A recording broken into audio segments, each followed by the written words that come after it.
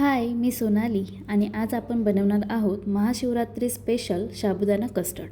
सगळ्यात आधी दूध घ्या. मी इथे अर्धा लिटर दूध घेतलेले आहे. त्यात एक वाटीभर 4 ते 5 तास भिजवलेले साबुदाणा टाका. त्यात वेलची पावडर टाका आणि जेवढे तुम्हाला गोड पाहिजे त्या प्रमाणामध्ये साखर ॲड करा. अशा प्रकारे साबुदाणा खीर तयार होते. तोपर्यंत आपण फळे कापून घेऊयात. मी इथे सफरचंद, 2 प्रकारचे द्राक्षे आणि केळी घेतलेली आहेत. फळे स्वच्छ धुवून घ्या आणि ती बारीक कापून घ्या.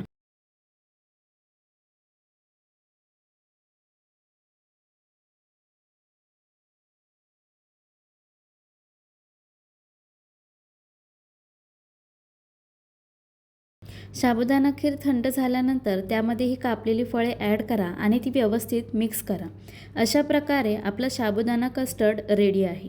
ही रेसिपी नक्की ट्राय करा आणि व्हिडिओला लाईक करा आणि कमेंट करून सांगा कशी वाटली तुम्हाला ही साबुदाणा कस्टर्ड रेसिपी. अशाच साध्या आणि सोप्या रेसिपीसाठी चॅनेलला सबस्क्राईब करा. थँक्यू.